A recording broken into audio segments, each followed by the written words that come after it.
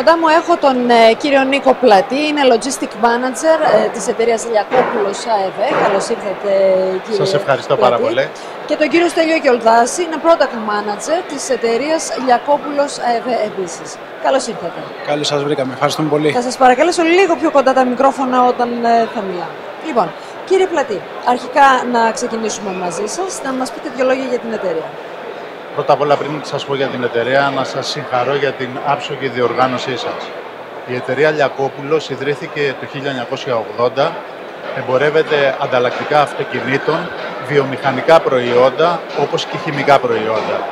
Η εταιρεία μας βρίσκεται στην Ορφέως 115, σε ένα κτίριο 11.000 τετραγωνικών μέτρων, παρέα με ένα άλλο κτίριο δίπλα στην Ορφέως 164, και πρόσφατα ανοίξαμε και το καινούριο μας κατάστημα στη Θεσσαλονίκη για να εξυπηρετούμε τους πελάτες της Βόρειας Ελλάδας με συνολική επιφάνεια 3.500 τετραγωνικά μέτρα. Η εταιρεία μας έχει ένα πελατολόγιο αρκετά μεγάλο που στηρίζεται σε μια σχέση εμπιστοσύνης βασιζόμενη στα ανταλλακτικά τα οποία είναι πολύ καλής ποιότητας, αλλά και στο άψογο σέρβις που προσφέρουμε στο πελατολόγιό μας. Κύριε Γιολδάση, θα παρακαλούσα έτσι να μας πείτε για τη συμμετοχή σας εδώ στην έκθεση, τι περιμένετε και ποιοι είναι οι στόχοι σας.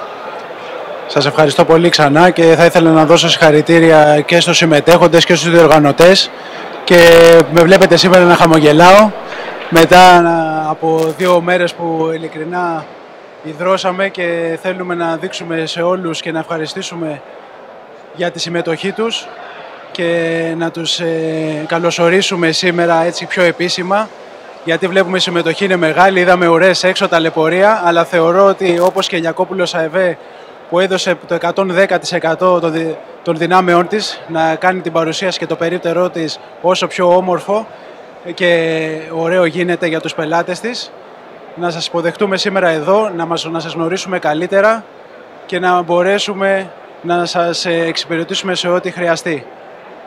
Πάρα πολύ ωραία. Άρα λοιπόν θα είμαστε εδώ μέχρι και αύριο. Εύχομαι καλή επιτυχία στους στόχους σας, εκτός αν έχετε να πείτε κάτι να προσθέσετε, κύριε Πλατή.